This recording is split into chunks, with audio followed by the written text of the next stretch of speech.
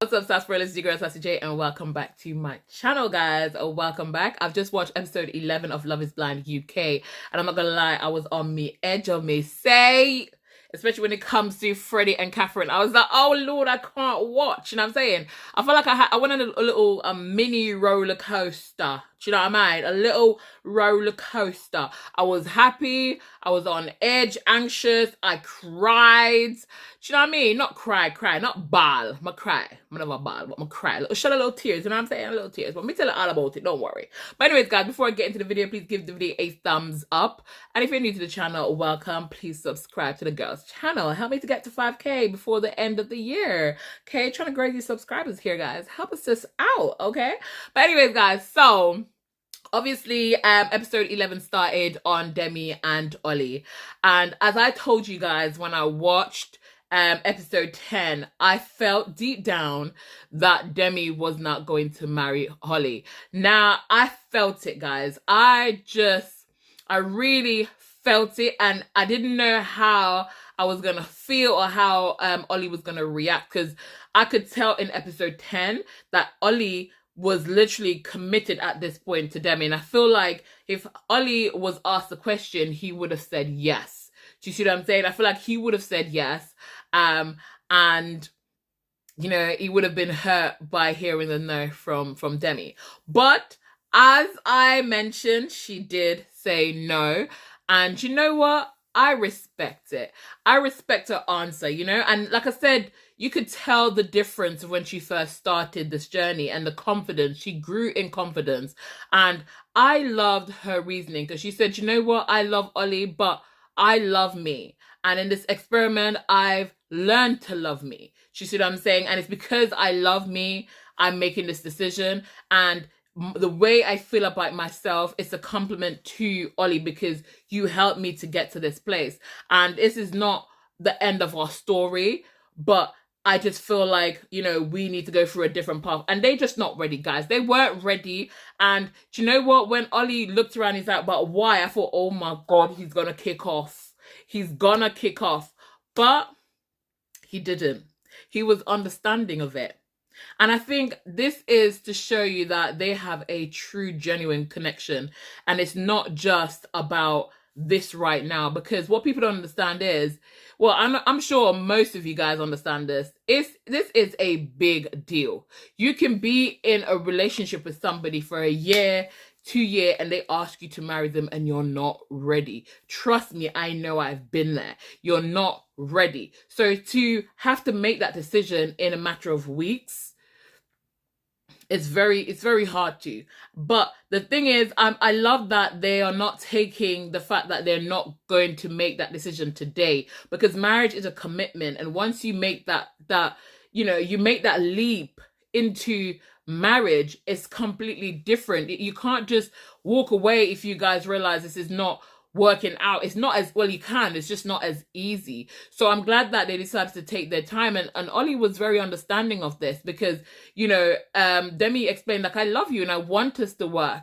And you know what? I feel like even though Ollie would have said yes, he would have said I do, there's obviously some sort of relief, because you hear him telling his friend, like, listen, I'm happy and I'm sad at the same time, because I feel some kind of relief, in a sense where I think he knows it's too soon to take that leap. He might love Demi, but it's too soon. You just want to enjoy this moment as a couple, to get to know each other. Do you know what I mean? To work through any differences you might have. Do you know what I mean? Any obstacles. And I'm glad that it's not the end of their story for this. And like Ollie said, like, listen, I might not have gotten the desired outcome, but, you know, I'm leaving here with somebody I love and who loves me, and there's nothing to be sad about. And I love his approach to that. And I just wish Demi and Ollie the best. Like, honestly, I see them working. I see them building a future together. And I just hope, you know, fingers crossed, that everything works out for them. And I'm glad that, you know, somebody had to make the decision. Somebody had to be honest with themselves and say, you know what? We're not ready right now. It doesn't mean that we're never going to be, but right now is not the time. And I respect Demi for that. But anyways, let's talk about Bobby and Jasmine, because I've got to be honest, this is the part that got me teary. because Bobby and Jasmine's vows and what they were saying to each other literally made me tear up, because they just look so good together and they have definitely formed a bond. Now, there was times that I had concerns about Jasmine, especially when she was like, when they moved in together and she was like, I just don't want you to be on your phone, da, da, da, da. And I felt to myself, you know what, sometimes our own insecurities can make us become a bit controlling and demanding. And I wondered whether, he was going to be receptive and understanding of what she was saying, or he would automatically think, you know what, I'm not going to do this. But they worked through it. And do you know what I mean? I really think that they look really nice together. And those words, they have to come from somewhere. Those are not words that's just been coming off the tongue, just flipped off the tongue.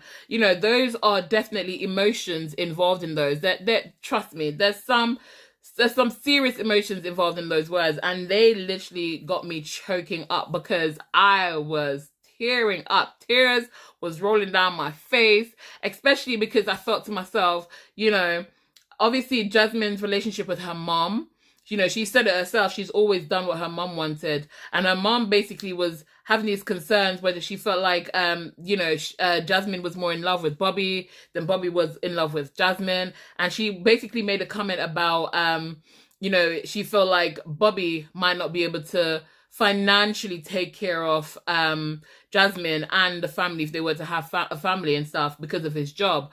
Now, the thing is, I guess sometimes this has to do with our upbringing and the life that we've lived, right? And I don't know what happened with Jasmine's mom, because sometimes, we can't even blame her, because sometimes it's how we were raised and how we grew up, or the difficult times that we've been through in our past.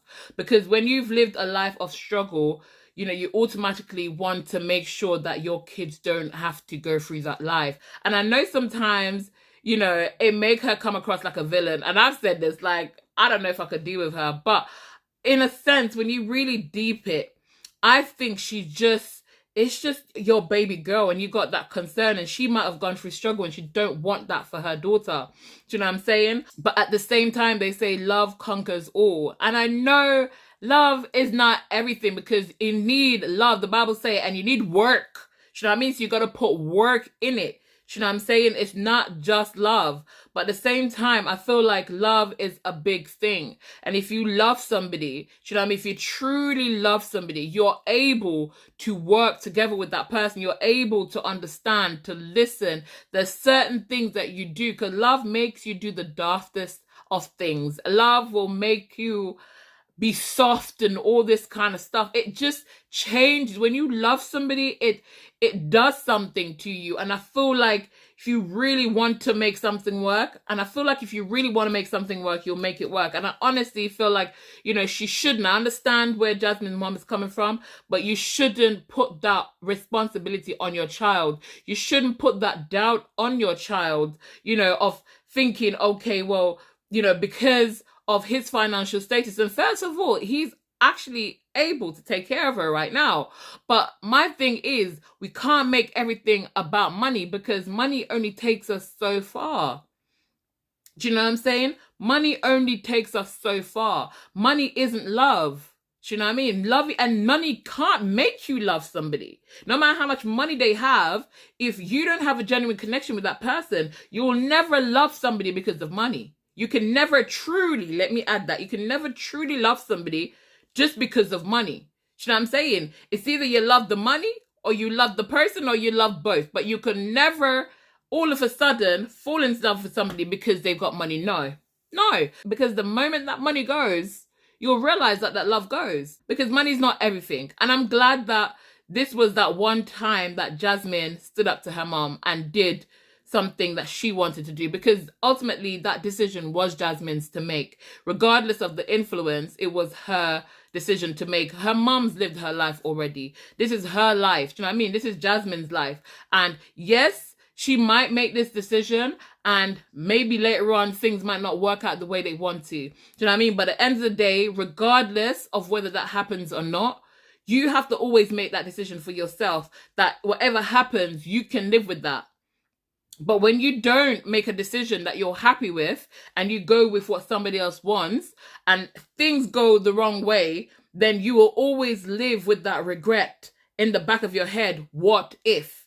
And one of the worst things you can live your life with is that what if in the back of your head, constantly asking you, constantly. Because trust me, I have been there. And it's one of those annoying little things that sometimes, if you're not careful, it can just overwhelm you. So I'm really glad that, you know, we have a married couple, Mr. and Mrs. Johnson, out of Bobby and Jasmine. And I just wish them the best as well. You know, I really do wish them the best. Now, let's move on to Benaya and Nicole. For a minute there, I'm not gonna lie, I thought that Nicole was gonna say no. I really thought that she was gonna say no for a moment. I was like, remember I told you guys, I was so sure that Benaya was gonna say yes. But listening to Nicole and her doubts, I feel like, you know, because she's been married before, it's like this crunch time make you think, oh my God, you know, I was married before and that was somebody that I spent a lot of time with and I loved. And look where it ended up. We ended up in a divorce. And I think that conversation that she had with Benaya when he mentioned, you know, divorce, you know, a situation like this could lead to divorce and stuff like that. I think, you know, that kind of like make you a little bit more anxious. And I think that's what it did to her. I think she started to doubt everything, thinking my heart's telling me one thing, but realistically, I don't know this person. I don't know how we're going to manage in certain situations. I don't know how we're going to overcome certain situation. So is this something that I should do? Am I making a bad decision here? You know, and I think that is probably something she was battling in her head back and forth. But in the end, she decided she was going to marry him. Because even when she was up there, I'm like, girl, say yes or no. Just say something because I'm getting nervous right now. But she did say yes. And even when she said yes, I'm thinking to myself, you can still see the worry on her face in that first few moments as, you know, like she's thinking, oh my God, what have I done? Did I make the right decision? But I think as soon as she heard Benaya comforting her and saying, I love you, you could see where she kind of revert back to how they are usually and back into that little lovey-dovey bubble and all that kind of stuff. So, you know, that's another couple, guys. So I really wish them well. I wish them well with that.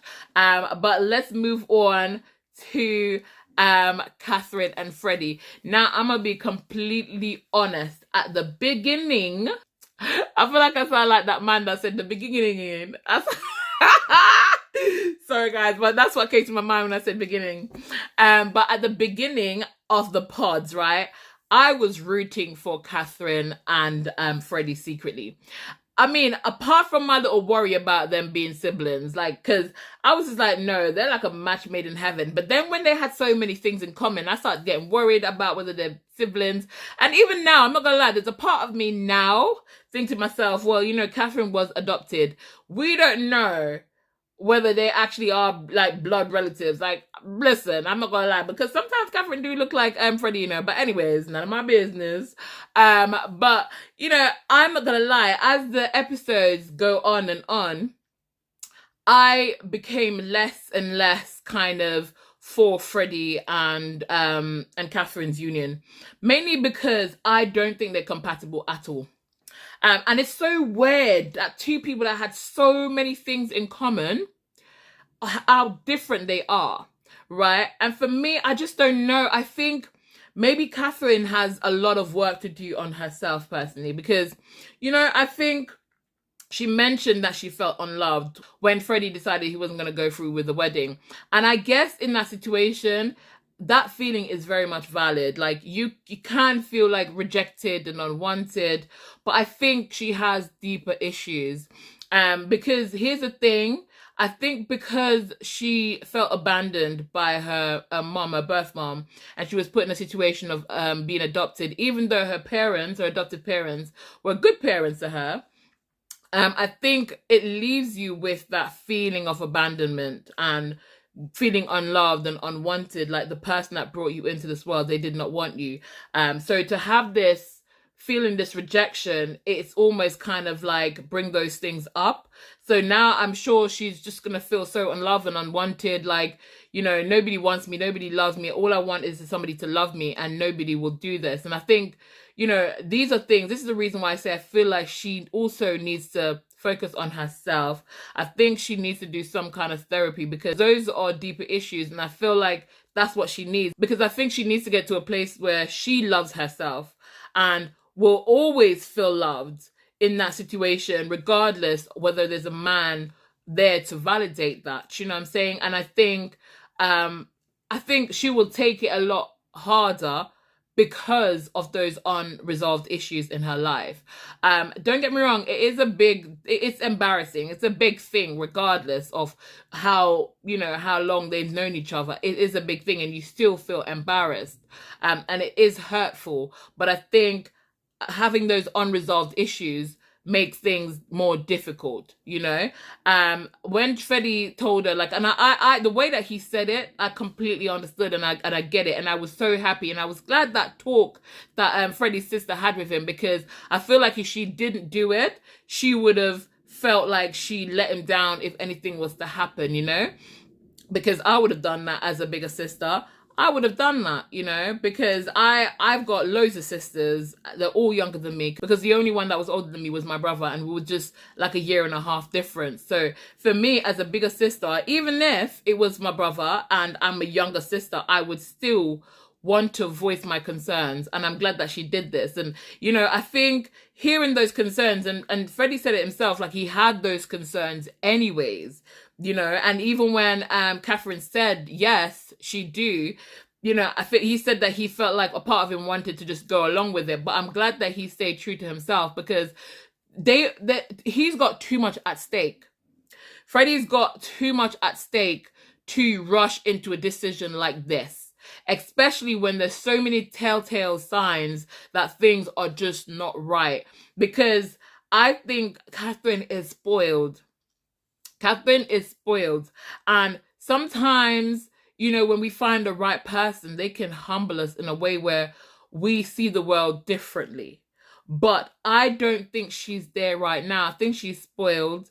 And I think she's trying to conform a little bit to fit into Freddie's life, but only to have him as her husband for now, because at the moment, she has a lot to gain, and it feels right. And I don't just mean financially. I think you guys need to understand this on a deeper level. Being somebody that felt abandoned at birth by your birth parents, her having a husband in Freddie means that she's here to gain somebody that's constantly there, somebody that's meant to love her, to replace that love and that affection that she didn't get, right? So she's gaining from that. She's gaining also financially. She doesn't live on her own. She lives with her parents. Freddie has his own place. You know what I mean? At the moment, I don't think she's actively working, because of something that Freddie said a while back in the episode when they were having a conversation. But I think that she has a profession in the sense of she's a dental nurse. But I honestly feel like, and Freddie is a really good man, and he's a gentleman, because even the way that he dealt with the situation, it takes a lot of guts. Knowing that you make that decision, first of all, it takes a lot of guts to make that decision when somebody that you feel strongly for, just left there, and that they're her. And first of all, when he made this decision, she said, "Don't hug me," when he tried to hug her. Do you see what I'm saying? I don't know. I just, even those kind of things, and I understand why she would say that, but realistically, I think if you really thought about it, because if I was in that situation, yes, I'd be embarrassed. But when I hear his reasons, I think the reasons behind things make things different. For me, it does anyways. And I think the guts that it took for him to face her parents afterwards and just to explain it on a one-to-one, even her mum could acknowledge that. And do you know what? It's just obvious that he's not trying to run away from the whole situation. He's not saying that it's over. He's just saying that this is not the right time for us. Do you know what I mean? And he went to see her to try and tell her this, And for me, it's just to show you how people react differently. When he said what he said, he explained it to her. She said, "Don't hug me." Right? And then the first thing she does, she takes the ring off. She takes the earring off. These are all tantrums. These are tantrums. Don't get me wrong. I understand she might feel embarrassed, but these are all tantrums. I feel like Catherine she needs to grow. She has a lot of growing to do. you know, within herself, right? I don't think she's in a place where she's ready for that commitment for marriage. I think that is way too much. She's nowhere near that. And I think Freddie made the best decision. It's not an end of story for them. And that's what Freddie's trying to get her to see. It's just that he's trying to say, listen, I think this path of marriage, you know, we're not there yet. But I'm willing to commit for us to be there, because he's telling her parents, like, I still want her to live with me. I still want us to live together and just get to know each other and try to work through these issues. Do you know what I'm saying? And learn more about each other. It's not the end, you know? And I would have thought that she would have been more understanding to that, because at the end of the day, they both know this experiment. It's not been long. They've not known each other that long. You know what I'm saying? And I think if I've not known somebody that long and they decided that they're not sure about marriage, and they're reassuring me to say, listen, I want to be with you, but right now I don't think we're in a place for marriage. You know what I'm saying? For me, that is completely different. This is not a Tom and Maria situation. You know what I'm saying? Because I don't have a problem with Tom saying no to Maria. I think that they made the best decision because they weren't getting on. They weren't showing that compatibility in a lot of cases. They weren't agreeing. They were two different people. And I mean, the difference in beliefs would have caused conflicts. And I don't think you should venture into a marriage until you're able to learn about each other enough to know how you can navigate yourself through those conflicts without, you know, destroying the relationship or whatever. But the difference with Tom and Freddie is Tom seems like he just ended it. And I don't think Tom really wanted to continue in a relationship with Maria, because just by him saying, I don't want those values to be taught to my son or my daughter. Do you know what I mean? So I feel like for them, it seems like a closed chapter. Where with Freddie and with Demi, you know, it's not a closed chapter. It's not the end of the story. It's just, we're not ready, right? But not because we're not ready now does not mean that we won't ever be ready. You know what I'm saying? And I respect them, because it takes a lot of strength. It takes a lot of courage to make that decision, especially when that person is there right in front of you and in front of all these people. You're trying not to hurt anybody. It's a very tough decision. But I am so proud. I am so proud of Demi. I am so proud of Freddie. I am so proud of them, that decision. And I'm so proud of how Ollie received what Demi was saying as well, because I feel like that for me speaks volume. And I wish all the couples the best. Obviously, you know, unfortunately for Tom and Maria, it seems to me like it's the end of the road for them. You know, I don't know.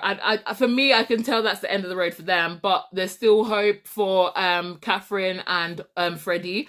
And obviously, we know that it's not the end for Ollie and Demi. And we have 3 married couples, guys. We have Stephen and Sabrina, we have Jasmine and Bobby, and we have Nicole and Benaya. And you know what? I wish them the best. I'm not gonna lie. I'm a little bit about Nicole and Benaya. I don't know. There's something within me make me feel like I don't know. I just feel like it's a bit touch and go. I'm not quite sure if Nicole is sure about her decision. That's my thing. She had her concerns. She felt like he might just want to live his life freely. I remember I said this in the very first episode. I feel like that could be a thing that might not work well for them, because Benaya is used to this free lifestyle. So he might not want to be the settle down type. But I think only time will tell. I'm not going to judge them too much, but in my heart of heart, I just feel like they're just not, out of the 3 people that got married, they're not the strongest. Do you know what I mean? I feel like they're more along the weakest line. But let's see. I wish them all the best, guys. I wish all the 3 married couples the best.